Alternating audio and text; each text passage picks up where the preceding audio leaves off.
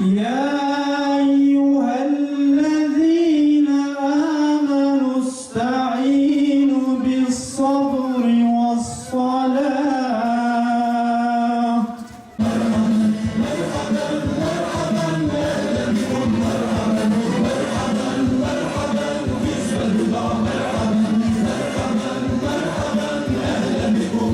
Olmasını bilen gençleri saysaydınız 100-150 tane gençle karşılaşabilirdiniz belki bir mahalle içinde.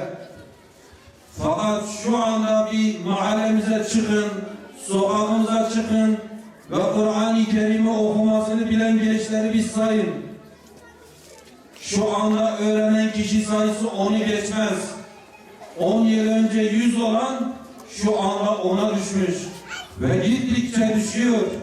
Bunlar hep planlı olarak gençlerimizi bozmaya yönelik oyunlardır.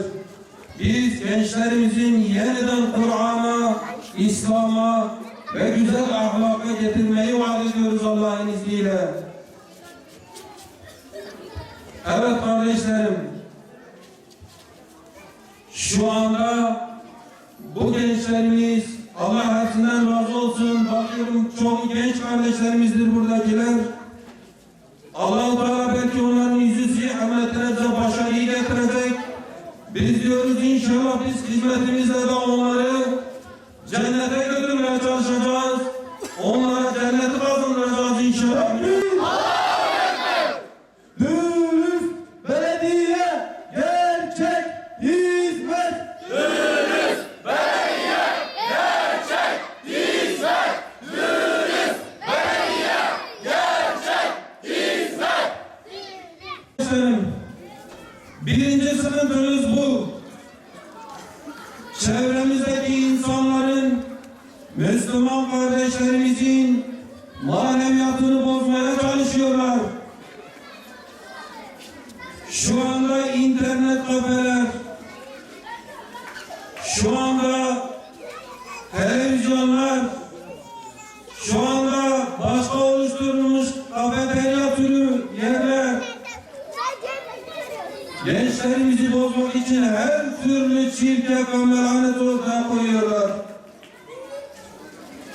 Gençlerimizin İslam'dan, Kur'an'dan, sünnetten uzaklaşmaları için ellerinden ne geliyorsa onu yapıyorlar. Biz Müslümanız. Öncelikle biz dinimize sahip çıkacağız. Öncelikle biz kitabımıza sahip çıkacağız. Öncelikle biz peygamberimize sahip çıkacağız.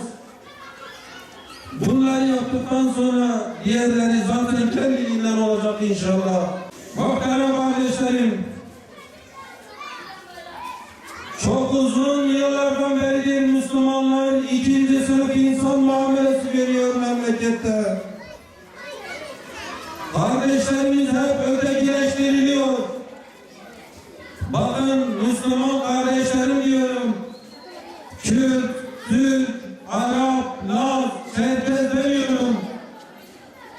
Her zaman Müslümanlar ötekileştiriliyor.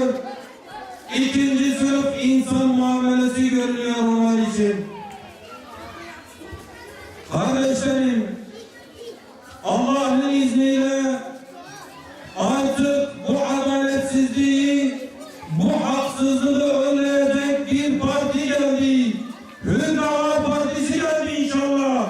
Umutsuzluk yok artık. Hürdava var hürdava. Umutsuzluk yok artık. Hürdava var hürdava. Muhtaç olan hiç kimse belgenin sınırları içinde kalmamalı.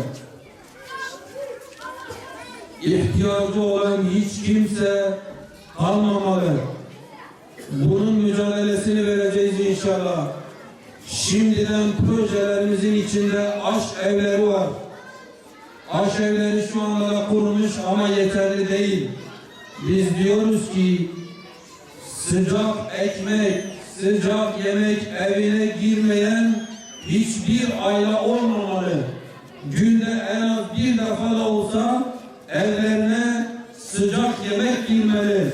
Bunun için büyük aşevleri ve büyük dağıtım firmaları oluşturacağız inşallah.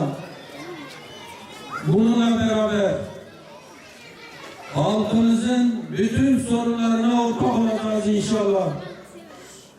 Az önce değindim, üvey evlat muamelesi görülüyor. Bu daha çok Urfa'da, Eyüpiye ve Haliliye'nin bazı bölgelerinde görülüyor. Örneğin bazı mahallelerde onlarca ilk öğretim okulu olmasına rağmen bizim koskoca mahallemizde bir tane ilk öğretim okulu yok. Bacımız, kardeşimiz çoluk çocuğunu göndermek için ta 2 kilometre, 3 kilometre öteye çocuğunu okula gönderiyor. Bunlar ciddi eksiklikler. Biz diyoruz Allah'ın izniyle hem milli eğitimle ilgili sıkıntılar, hem sağlıkla ilgili sıkıntılar, hem halkımızın diğer sıkıntıları ne olursa olsun o sıkıntılara ortak olmaya geliyoruz. İlere